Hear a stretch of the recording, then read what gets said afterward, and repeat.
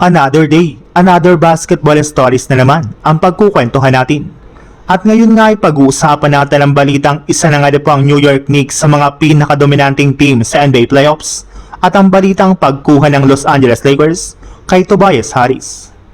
Sa pagkapanalo nga po ng New York Knicks kahapon sa Game 3 ng kanilang Eastern Conference Finals laban sa Cleveland Cavaliers, ay kakailanganin na lang naman nga po nila na manalo ng at least isang game sa kanilang serye para official na nga po sila makapasok sa NBA Finals at maaari nga po nila itong magawa sa kanilang Game 4 na mangyayari sa susunod na araw.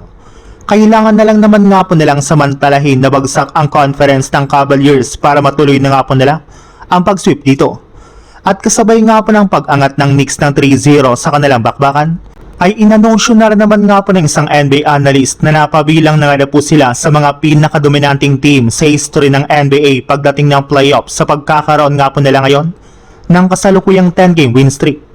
Huli nga po silang natalo sa kanilang Game 3 pa sa first round ng East Playoffs laban sa Atlanta Hawks noong April 24. Simula nga po niyan ay nagsunod-sunod na nga po ang kanilang panalo at napabilang na nga po sila sa mga teams na nagkaroon ng 10-game win streak sa playoffs,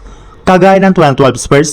2024 Celtics, 2017 Warriors, 2016 Cavaliers at marami pang iba na naging kampiyon matapos ang kanilang sunod-sunod na panalo. Sa ibang balita naman, kagaya nga po ng napag-usapan natin, magiging aktibo nga na po talaga ang Lakers sa darating na free agency market since gusto nga po nila na makakuha ng mga bagong manlalaro na makakatulong sa kanilang Big 3 na sina Austin Reeves, LeBron James at Luka Doncic sa kanilang kampanya sa susunod na season. At kailangan nga po nila dito na makakuha ng mga magagaling na trendy players na may kakayahang dumepensa at gumawa ng malalaking puntos. At kung sakali man nga po na ituloy nila ang planong ito ay mas matalino nga po kung kukunin na lang nila dito si Tobias Harris na isa ng ganap na free agent ngayong offseason. Ito na nga po talaga ang pinakamagaling na trendy player ngayon na pinakasakto sa playing style ng Lakers dahil sa kanyang size, shooting at decision making.